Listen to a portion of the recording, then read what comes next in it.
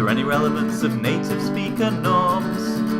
That's a question for TEFLologists. Is it better to focus on form or to focus on forms? That's a question for TEFLologists. If you use a textbook, is your classroom authentic, or should your approach be more learner-centric? From feedback to learner autonomy, we'll discuss it all on TEFLology.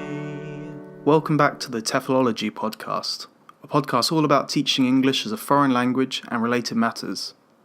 Today we bring you an interview recorded at the independent ExciteELT conference held in Tokyo in June with two of the invited speakers, Chia Suan Chong and Mike Hogan. Chia is a freelance communication, business and intercultural skills trainer, as well as resident blogger for ETprofessional.com. Mike is an international team and leadership trainer, as well as author of numerous books and articles related to business communication. The pair both live and work in York in the United Kingdom and are involved with the York Associates, a course provider in professional English and international communication training. I asked Chia and Mike some questions about their work in more detail. Please enjoy.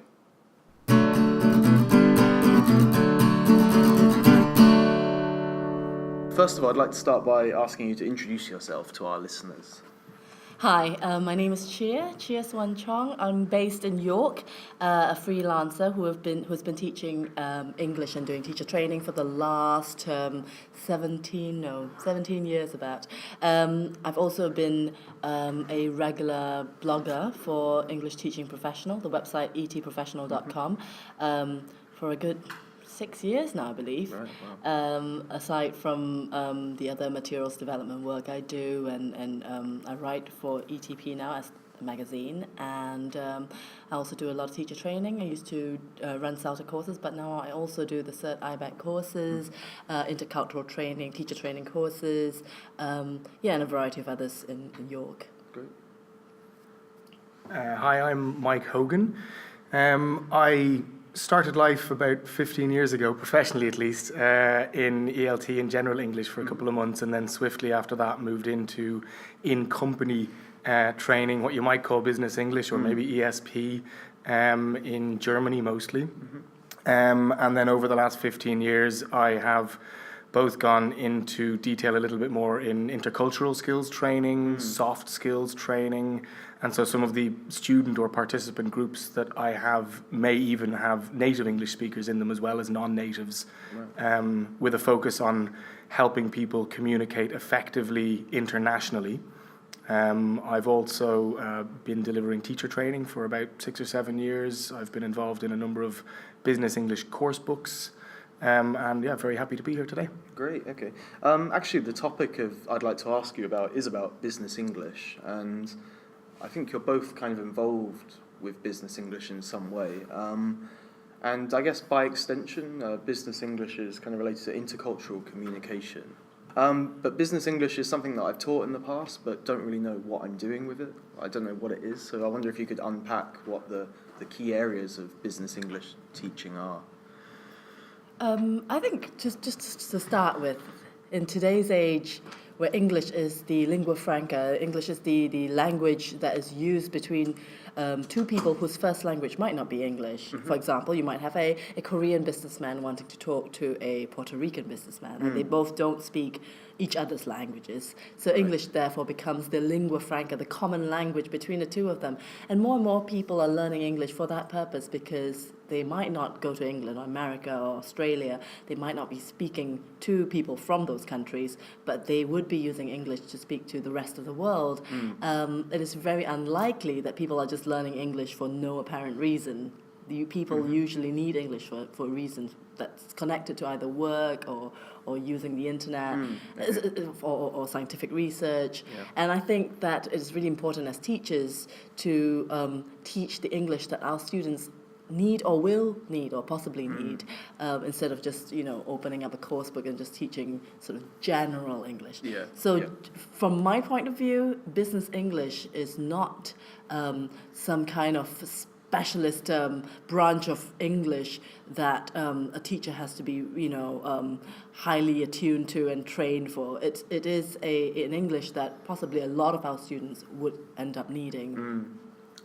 Yeah, I completely agree with you there, Chia. And I suppose to pick up on what you've said, in terms of unpacking what business English is, I would say it's essentially helping people to perform their business tasks communicatively in the way that they will need to.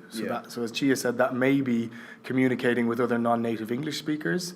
It may be, primarily communicating with customers or suppliers via the telephone. Someone else may be involved in sales pitches, and someone else may be involved in shipping and logistics documentation. So ultimately, I think it's about finding out what it is that people need to do in their jobs, which involve them communicating in English, in this case, and seeing how we as teachers and trainers can support them in doing that. And so you mentioned culture as an element that plays a role in there. And I think obviously once we're communicating in a language which is not our first language, we're crossing some sort of border of our own cultural norms into some other one, whether they are the norms of the person with whom we're communicating, or in the example of someone from Japan communicating with someone from Peru in English, whose cultural norms are going to underlie the communication? Will it be Peru, Japan, English, because that's the language they're communicating in? Or will there maybe be some sort of corporate culture or industrial sector communication norms? So I think we can't really separate language from some sort of a cultural awareness and sensitivity of how we interact with others and the impact that has on how others perceive us. And of course, remembering the fact that culture is a very fluid concept that constantly changes, and it's a dynamic concept where, two people might have a certain culture. Person A and person B might have a certain culture when communicating with each other, but when person B meets person C, that changes again to something quite different. You are creating culture as you go along, and I think intercultural skills training is not about tick boxing kind of, these are the do's when you meet a Japanese person, these are the don'ts when you meet a Peruvian.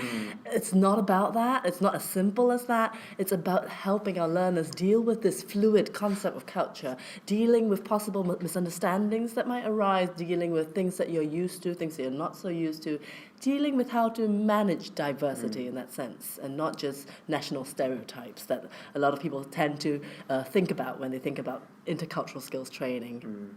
I often feel like business English is kind of mistitled in a way, or it puts a lot of people off, or it scares a lot of. It definitely scared me as a novice teacher when I was given this business English course book and teach these office workers how to communicate, and it's a little bit daunting. Yeah, but before I did the my cert tab, which is a sort of the old equivalent to a business CELTA, and it's now been taken over by Trinity, and it's now called the cert IBAT. Before I did my business English qualification, I used to think that business English is about teaching jargon, and I remember the night before my course started, I was there swatting up on my Incoterms, my shipping terms, what these different terms mean, because they all look like a foreign language. Of course, very quickly when you start to teach business English, you realize that your clients actually know the jargon better than you do. They know the Incoterms or whatever terms that they might need much better than you do, and that's not what they need you for. What they need you for is the sort of the communication aspect, the communication skills that they would need. As a topic of our recent podcast has been course books, both from an author's point of view and also a critical kind of perspective. What part does the course books play in this line of teaching, like business English, for example? I think you mentioned a moment ago when you were first starting to teach business English, it was potentially a daunting thing, and you had a course book thrust in your hand, and I can speak from my own personal experience as well. I started teaching business English in a company in Germany with little to no actual business experience, and so the book for me was an amazing support or resource which taught me about business while at the same time giving me the language elements and the communicative skills within the book to be able to work with my learners with. So in that sense, I think course books can be a very useful tool to provide, a pedagogically sound structure Right. Okay. for any course, but also for teachers a little newer to business English, or those who need to teach within a kind of a prescribed structure, within an organization or an institute where there needs to be some consistency across different classes and different teachers. The books can be very useful. But a few moments ago, I was talking to one of your colleagues, and he mentioned working in a shipping company where the course book then may reach its limits rather quickly because there is no course book out there which will deal with the precise needs of every teacher's learners in a specific company or in a specific context. Then you're going to need to maybe start designing your own lessons or finding other ESP books. Right. So I think these are probably both the advantages and benefits of a course book, while knowing, as a course book author, I can say that authors are aware that the books that we write will not serve the needs of everyone. So we try to write them in a kind of a flexible, modular way as well, where people can maybe pick and choose what's relevant to their learners, and then have maybe templates or kind of simulation scenario setups that the teachers or the learners themselves can use to personalize the learning a little bit more for themselves and their own context. We're at the ExciteELT conference today in Tokyo, and you're both due to give workshops and presentations. I'm wondering if you could tell us what you're going to be talking about today. I'm going to do a plenary, a 10-minute plenary, and a workshop. The plenary is titled "Things That Teachers Should Not Be Afraid to Say to Students," and I'm hoping that it would be sort of a punchy plenary to start off the day, to introduce the conference talks of the day, but mainly to kind of review all the things that probably people who go to conferences already believe in, but we teachers should kind of be reminded of. Things like, language learning is not all about teaching grammar and prioritizing, the present perfect. Language teaching is a lot more about having fun with learning and helping our students to have fun with learning and helping them to communicate and have opportunities to actually use the language. Things like, you're never ever going to learn all the words in the language, and things like remembering about that English is an international language, and to help students learn it accordingly. Things like, you don't need an American or English accent to speak English well. Your accent's part of your identity. Things like your teacher doesn't have to be a native speaker or even look like a native speaker, as long as they can teach English well and speak English well themselves. Their bloodline, so to speak, does not really matter. So I'm going to deal with quite a few issues all in 10 minutes, so let's see how that goes. And so it links back to what you were kind of saying about intercultural awareness, I guess. It's all about English students, being the global language and helping our students use English that way. And my workshop is very, very close to that as well. It's about teaching accommodation and adaptation skills to the international communicator. Right, okay. So most of our students are learning English in order to be this international communicator. They're going to use it to communicate internationally. And to do so, it's not just about grammar and lexis and pronunciation. It's about accommodation skills, adaptation skills. Now, at a very basic level, people who are very good at code switching might be able to have a particular type of English when speaking to an employer, but a very, very different kind of English when they're back home in the pub in Scotland with their mates. Similarly, a good international communicator can adapt and accommodate to the different scenarios, not just using their pronunciation, but using clarification strategies, summarizing strategies, etc. And my workshop's going to look at some fun role plays and critical incidents and dramatizations to help learners first of all, reflect and do some critical thinking, tasks and activities, but also to help them put themselves in a different situation and to learn to deal with diversity and possible misunderstandings. Okay, I see. Great, yeah, and I'm also giving a short plenary talk later on. I think it's titled "Rethinking Our Role as Teachers," and so it's going to pick up on some of the topics that we've already been discussing. Okay. Along the lines of, well, what is our role as teachers if we're supporting people learning language? Is what exactly does it mean to learn a language or to be able to use a language effectively.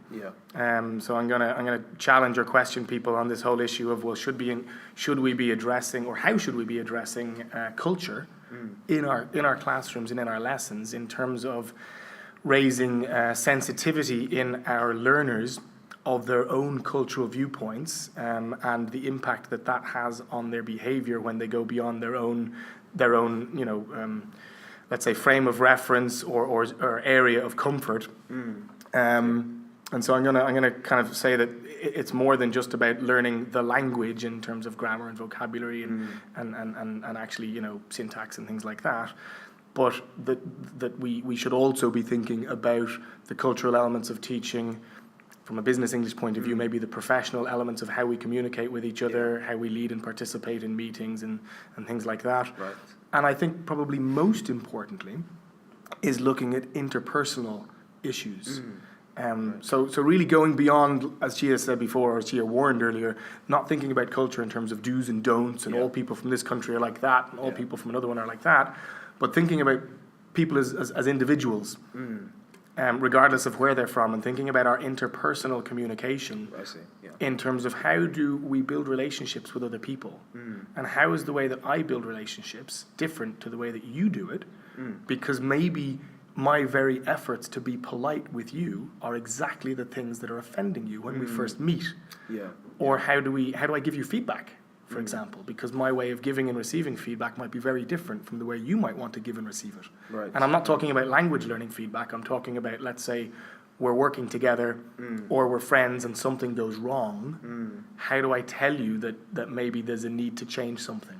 Right. So how do we deal with conflict internationally across another language when we're trying to be friends or when we're trying to be business partners? Because again, the way I deal with conflict might be very different to the way you deal with conflict. And if I make assumptions that they're the same, I may actually be escalating the conflict when I'm trying to diffuse it. I see, So if we're teaching our learners English, should we not also be thinking about the cultural sensitivity and behavioral elements, and also the interpersonal elements of what we do? So I'm going to try and pack that into 10 minutes. And then I'm also doing a slightly different format of a session known as a hangout, which I'll have to admit is kind of new for me as well, but I'm really looking forward to it, which is going to be a 45-minute chat or guided chat with a group of participants or the audience. And the topic that I'm going to be looking at is learning design, borrowing on some of the theories behind what's known as service design or service design thinking. Okay. And after a very quick introduction into what exactly service design is, to try and see what elements of that can we borrow into learning design, and really thinking about how do we design our courses for, let's say, today's type of learner.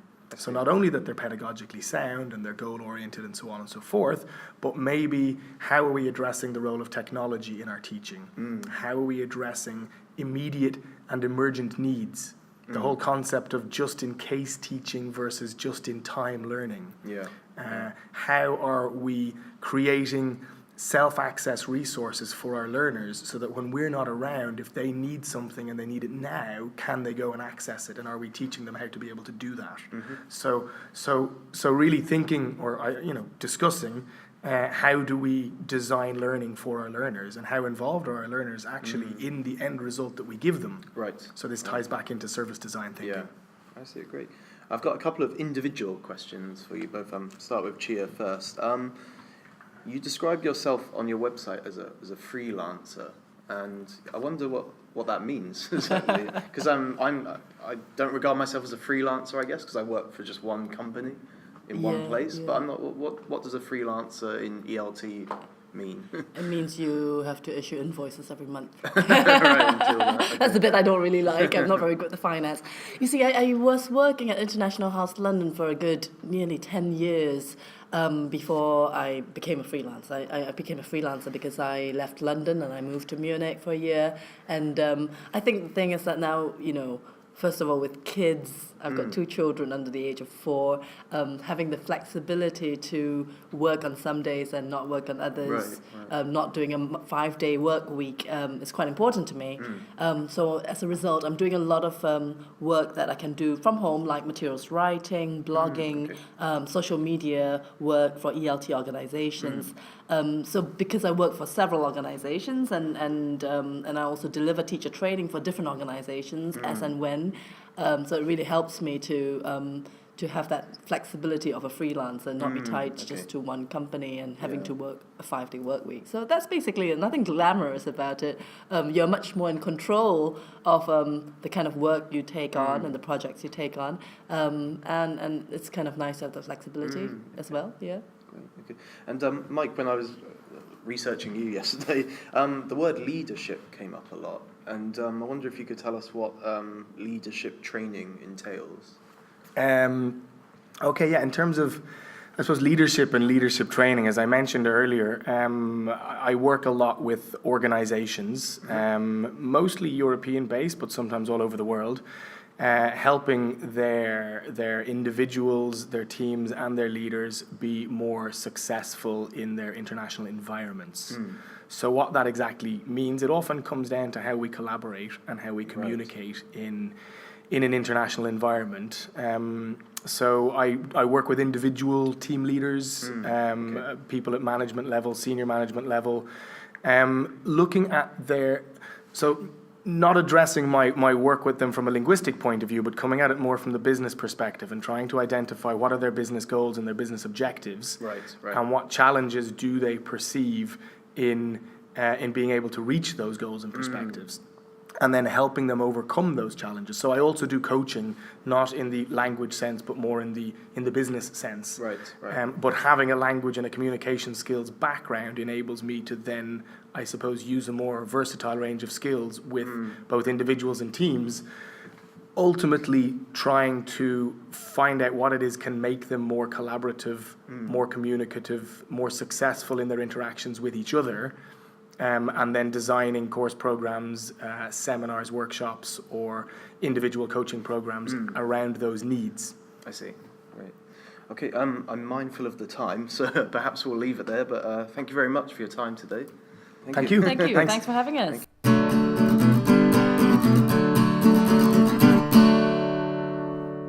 Thank you very much for listening today. We'd like to say a big thank you to Mike and Chia for taking part in the interview. We'll provide some links to websites related to Chia and Mike in the description of this podcast. If you'd like to get in contact with us, you can send us an email at TEFLology@gmail.com, follow us on Twitter @TEFLology, listen to older episodes at TEFLology-podcast.com, and like us on Facebook. Please also rate and review us on iTunes or any other platform that you use to listen to our podcasts. And we'll be back again soon.